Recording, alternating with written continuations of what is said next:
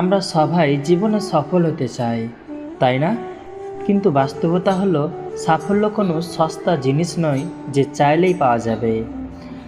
আপনার কি মনে হয় যারা আজ সফল তাদের পথটা খুব সহজ ছিল? না, তারা আপনার চেয়ে বেশি বার হেরেছে, আপনার চেয়ে বেশি অপমান সহ্য করেছে এবং আপনার চেয়ে অনেক বেশি অন্ধকার রাত পার করেছে।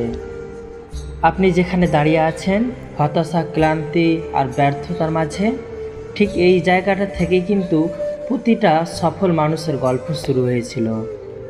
মনে রাখবেন, ভাগ্যকে দোষ দেওয়া সবচাইতে সহজ কাজ, কিন্তু নিজের ভাগ্য নিজে গড়ে নেওয়া সবচাইতে বীরত্বের কাজ।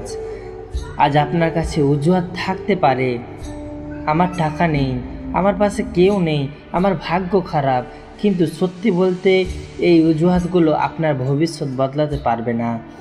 আপনার পরিস্থিতি যেমনই হোক না কেন, সেটাকে বদলে দেওয়ার ক্ষমতা একমাত্র আপনার নিজের হাতেই আছে।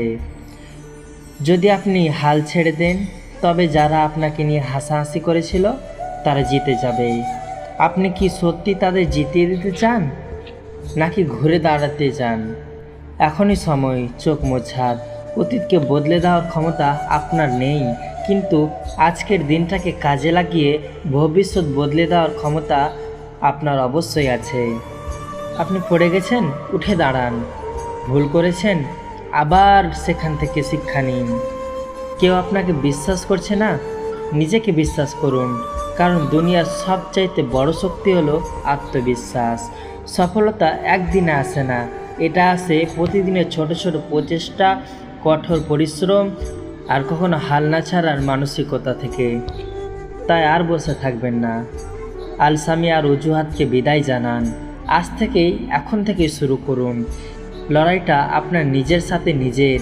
গতকাল আপনি যা ছিলেন, আজ আপনাকে তার চেয়ে একটু ভালো হতে হবে। কেউ আপনাকে টেনে তুলবে না, আপনাকেই নিজের পায়ে দাঁড়াতে হবে। মনে রাখবেন, ঝড় যতই তীব্র হোক না কেন, মেঘ কেটে গেলে সূর্য উঠবেই।